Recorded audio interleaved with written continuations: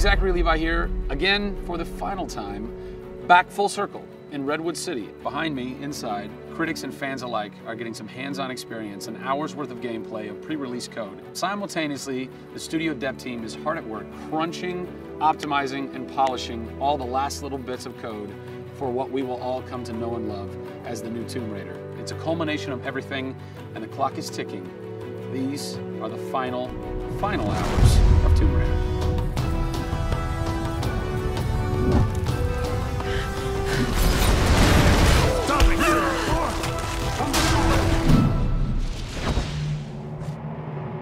Tonight we have a large audience coming in. We decided that rather than going to one of our partners and just doing a live stream, we decided you come to us. Yeah. We have a big area in the studio and let's open it up. Have you ever done anything like this before? No, we've never done it because right now we've got black curtains up around a specific area of the studio, which is our next big thing. Mm-hmm. Only a select few people have been allowed to come in, right. And everybody's heavily NDA'd, and now we're going to bring 80 plus people into the studio. Well, it's exciting, to bring those type of people into the studio. They're the fans, they're the people who love it. And we want people to be a part of their experience. On one half of the studio, all that is going on like crazy, but basically in half the studio, you guys are just pounding, working out every last glitch, every last bug, making sure that it's all just perfect, done and perfect, exactly, for your certs on Friday. Yeah. What happens when a game fails, cert? Then things start getting like, sweaty around here. You're dicing with death right there. Well, you might be missing a release day. That's how big a day this Friday is. Yeah, it's huge. If we submit and they come back and say, hey, there's maybe 35 things that we'd like to change, then as a studio, we'll change them. We'll improve them. Or there's small things that they say, hey, this experience might be better if you just fix this little thing. Then of course the team are literally sitting there waiting for that to happen. And there has been games I've worked on where we've submitted and within 24 hours it would get kicked back and they'd say, hey, you guys are crazy, you shouldn't have submitted it. So, there are 80 people in the office right now. You're 4.5 days away from delivering this thing, and they're strewn about. What are they all doing? So we have guys working out of very prioritized hit lists, right? So we say, okay, this is the most egregious thing that we've noticed lately. We'd like for you to focus in on it. What are you guys debugging here?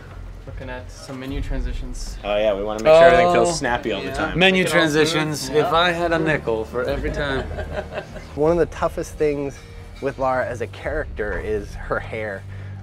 You try to simulate hair in a video game, and it's not always exactly the way it would be in real life. But that's something that's, I think the fans really point that out, and they want Lara to look as good and as believable as possible. So even in the home stretches, we're trying to sweeten it and make you believe it.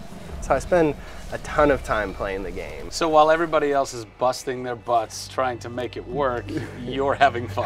That's basically what you're saying. There's about 80 people that are all still busily working in this last week before the game goes to cert. Absolutely. One of those groups is called the what group? The OMS group. And what does OMS stand for? OMS is an acronym for Oh My Shit.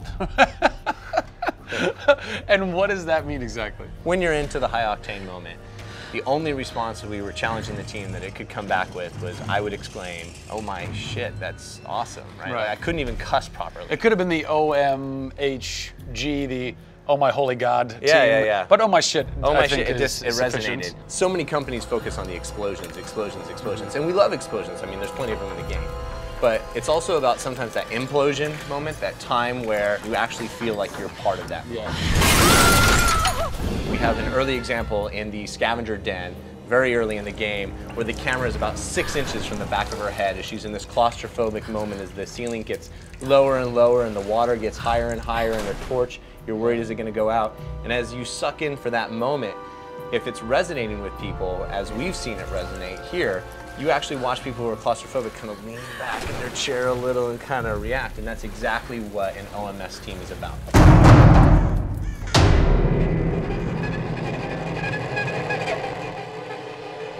You feel confident that in 4 days, in 4.5 days, this thing is like ready to ship and ready to rock and gonna blow people's minds? How about we look at that? I got a board that'll tell us. Oh yeah, where's your board? Right over here. I'm a stats guy, right? Okay. Like, it's gotta be like the McNamara version of reality, right? So, and getting things done, like it's very NORAD-like with the update on where we are with bug count. So we have the number of days that we wanna count down for, the priorities of what people are given against, and then an overview of how many things are remaining to be resolved per person. Carrie's got her work cut out for her. Come on, Carrie. Yeah. Ultimately, we have to figure out how do we hit the quality on a predictable timeline. So right now, we're trending towards being able to hit that in 12 days. But you need to deliver in 4.5. Correct. So what does that mean? I need to go right now. Where's your head at right now, knowing that in 4 days, it's got to be completely done? I'm super critical of what we do. You know, you tend to be perfectionists. I'm absolutely that way. It's more like, this is leaving now. You're done working on it because time's up. And you're like, but there could be one more thing I could do. It's a weird feeling because it's been part of our lives for a very long time. How long have you been on it? Definitely 4 years, like 4 years. Yeah, 4 years. That's insane. I know. I was young. Yeah. Fresh face. I was young then. Yes. No bags, no grey hair. Yeah. It's been a roller coaster ride, and during that time we've been around the world, we've gone to shows, we've shown press, we've given hands-on, we've had community events, we've been in San Diego with you at Nerd Machine. We've seen people excited to see this and play this game, and it's been awesome. It's not just about Lara's arc, it's about the arc of people who've come in to the roles. You know, we've had people come in as animators and move up to the highest levels in their profession along these 4 years. So people have grown in these roles, families have expanded, kids have been born, but we're coming to a point now where we're, you know, probably 70, 80 plus days away from launch, and this phase has come to an end. You know, it's been awesome. With less than a week to go before console certification, the last few bugs to squash, and a general lack of sleep all around, this production is definitely going to go down to the wire. Will they make it? Join us next time on the final hours of Tomb Raider to find out.